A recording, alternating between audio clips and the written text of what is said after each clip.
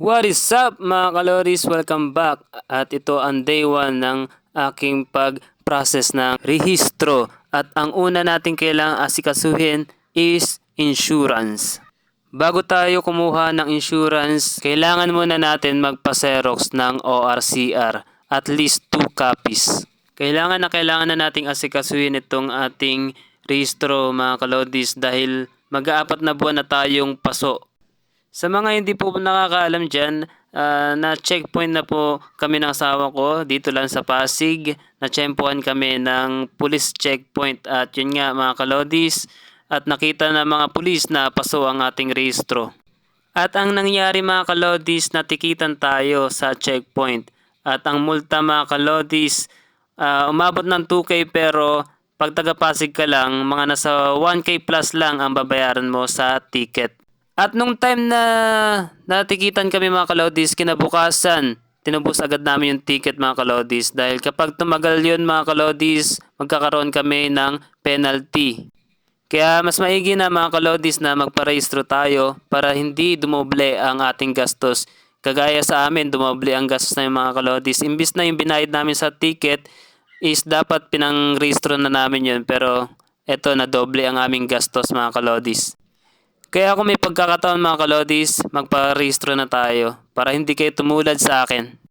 At ito na nga mga kalodis, tapos na tayo magpa-xerox at maghahanap na ako dito ng pwede kong kuhanan ng insurance. At napili ko nga mga kalodis yung M. Luillier. Ito, kasi balita ko ito yung pinakamurang insurance. At ito na nga mga kalodis, ang M. Luillier. Tignan natin kung makakapag-insurance ako dito mga kalodis. Ito yung second time ko na magpaparehistro mga kalodis. At yung first time ko magparehistro mga kalodis, kumuha ako ng insurance doon sa Kapitolyo. At napakamahal ng insurance nila mga kalodis. Umabot yun ng 790. Napakamahal. At dito nga mga kalodis, balita ko dito sa M. Luillier, mura lang. At dito nga mga kalodis, tinanong ko yung cashier sa M. Luillier kung meron silang insurance para sa motor.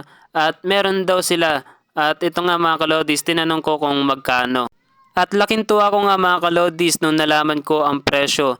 Totoo nga mga kalodis, napakamura nga dito. Nagkakahalaga lang ng 396. O di ba mga kalodis, sobrang mura kumpara dun sa first time ko magpa-insurance. Sumabot talaga yun ng 790 kumpara dito ngayon na 396 na lang mga kalodis.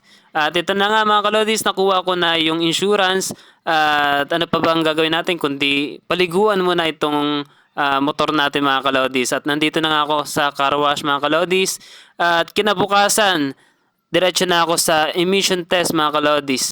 At sa ngayon nga mga kalodis, paliguan muna natin itong motor natin para kondisyon siya. Dahil bukas ng umaga ko magpapa-emission test mga bandang alas 8 mga kalodis. Kaya ito ipiprepare ko muna itong ating motor at linisan muna natin at paliguan mga kalodis para malinis siya mga kalodis para pagdating sa test is hindi siya pumalya mga kalodis at makapasa tayo sa emission test.